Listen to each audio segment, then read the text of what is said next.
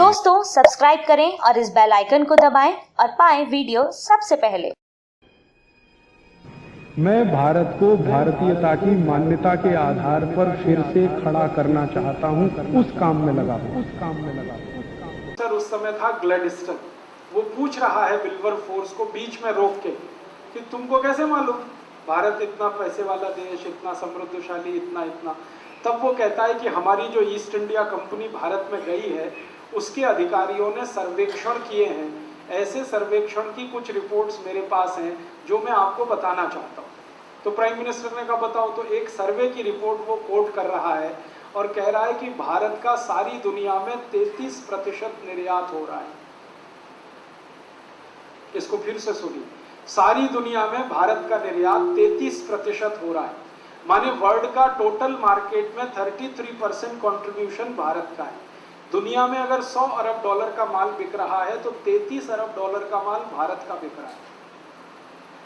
फिर वो कहता है भारत के बाद जो दूसरे नंबर पर हाईएस्ट एक्सपोर्टिंग कंट्री है वो चीन है, जिसका 27% माल दुनिया में बिक रहा है।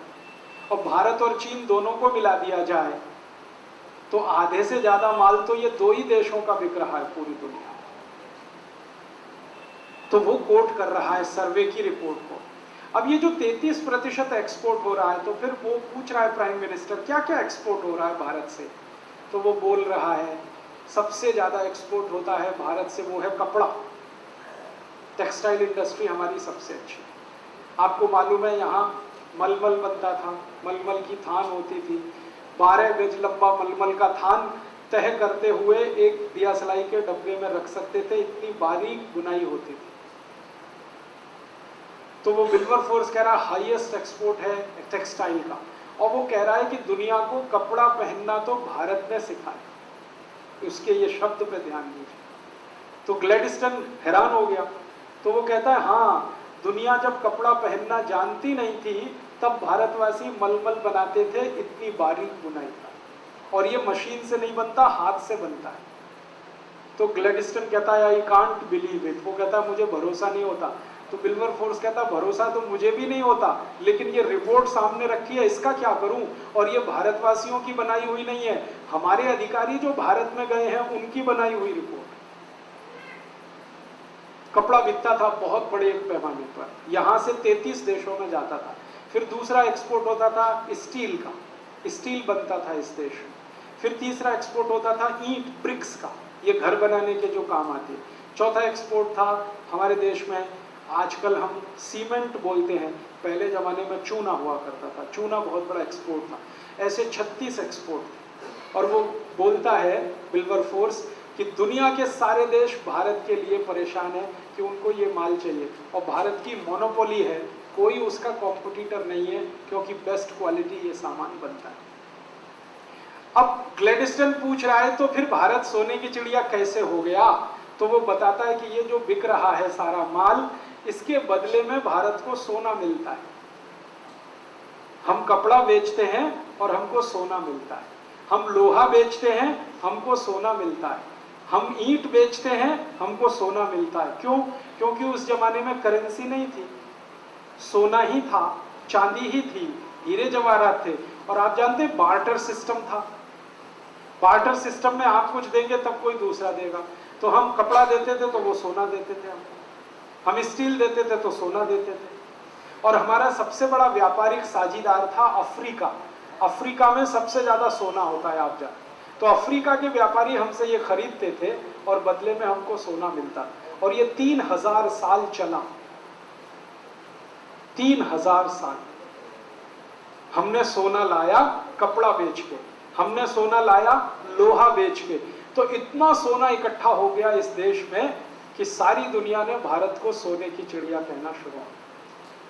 और सोना इतना हो गया हमारे पास कि हमने गहने और जेवरात तो सोने के बनाए ही, फिर जरूरत पड़ने पर मंदिर भी सोने के बना डाले। दुनिया में ये हजारों साल का एक ही देश है जहां सोने के मंदिर है।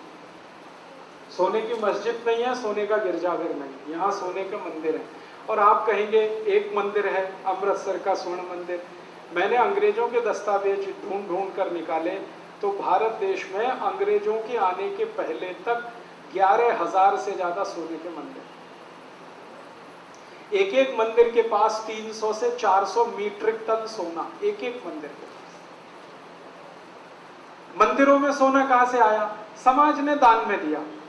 समाज के पास कहां से आया? तो व्यापार करके लाया। हमने लूटा नहीं किसी को। भारत का एक भी व्यापारी कभी किसी को लूटने नहीं गया। भारत का कोई राजा कभी दूसरे देश पर हमला करने नहीं गया। यहाँ बड़े बड़े चक्रवर्ती सम्राट हुए जिनका सारी दुनिया सम्मान करती थी। चंद्रगुप्त विक्रमादित्य को आप जानते हैं, हर्षवर्धन को आप जानते हैं, अशोक को आप जानते हैं। सारी दुनिया इनके चरणों में पड़ी रहती थी, लेकिन ये कभी दूसरे देश को लूटने नहीं गए। गए तो धर्म प्रचार करने गए। हमने लूटा किसी को नहीं। फिर सोना कहां से आया? व्यापार करके कमाया हमने, और व्यापार में हम सबसे ऊपर थे, इसलिए इतना सोना है। तो वो सोना चांदी इतना जमा हो गया था इस देश में, इसलिए सारी दुनिया में सोने की चिड़िया नाम से भारत प्रसिद्ध हो, क्योंकि व्यापार बहुत ऊंचा था इस देश में। ये दस्तावेज पढ़ने के बाद मुझे पहली बार पता चला कि भारत उद्योग प्रधान देश था, सिर्फ कृषि प्रधान नहीं था। हमको ये बताया गया ना, भारत कृषि प्रधान देश। कृषि तो सेकेंडरी है, उद्योग तो प्राइमरी थे। और ये सब इतना सारा 3000 साल हम सोना कमाते रहे, फिर मंदिर बनाते रहे, सोना दान करते रहे। सोने का उपयोग इस देश में सबसे ज्यादा है, आज भी सबसे ज्यादा। हम गरीबी में हैं, फिर भी दुनिया का सबसे ज्यादा सोना इसी देश में।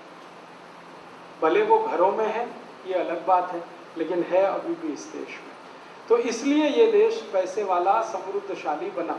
और यही कारण था जो अंग्रेज यहाँ आए, फ्रांसीसी आए, डच लोग आए, पुर्तगाली लोग आए। आप जरा सोचो, अगर हम गरीब होते और भुखमरी के शिकार होते तो अंग्रेज यहाँ 200 साल छक मारते। 200 साल, 2-4 साल में लौट जाते। अगर हम गरीब होते, भुखमरी के शिकार होते, तो फ्रांसीसी क्यों आते? वास्को डिगामा क्यों आया अपनी पूरी फौज लेके? सिकंदर क्यों आया यूनान से चलकर यहां तक? ये सारे लोग आए क्योंकि हमारे पास कुछ था, और वो दो ही चीजें थी, एक तो ज्ञान और दूसरा पैसा। दोस्तों, सबसे पहले तो चैनल सब्सक्राइब करें, फिर लाइक, कमेंट और शेयर करें। और हाँ, हमारा एंड्रॉयड ऐप डाउनलोड करना ना भूलें।